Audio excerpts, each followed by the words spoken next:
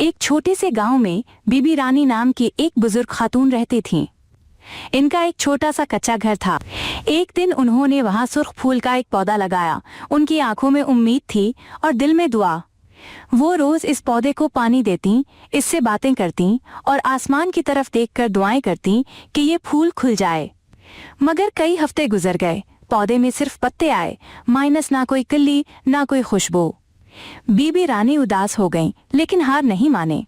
एक दिन उनकी पुरानी दोस्त अम्मा सलीमा उनसे मिलने आईं। उन्होंने बागीचे को देखा और कहा, बीबी, हो सकता है जमीन को खुराक चाहिए, तुम खाद डालकर देखो। बीबी रानी ने उनकी बात मानी और अगले दिन से कुदरती खाद देना शुरू की। कुछ दिन बाद जब सूरज निकला, बीबी रानी बाहर निकलें और हैरान रह गईं। पौधे में खूबसूरत सुर्ख फूल खुले हुए थे, जैसे उनके दिल की दुआ पूरी हो गई हो।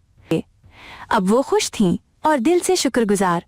एक दिन उन्होंने अम्मा सलीमा को 2 खूबसूरत फूल पेश किए और कहा, आपकी बात ने मेरी जिंदगी बदल दी। सिर्फ फूल ही नहीं खुले, मेरा दिल भी खुल गया।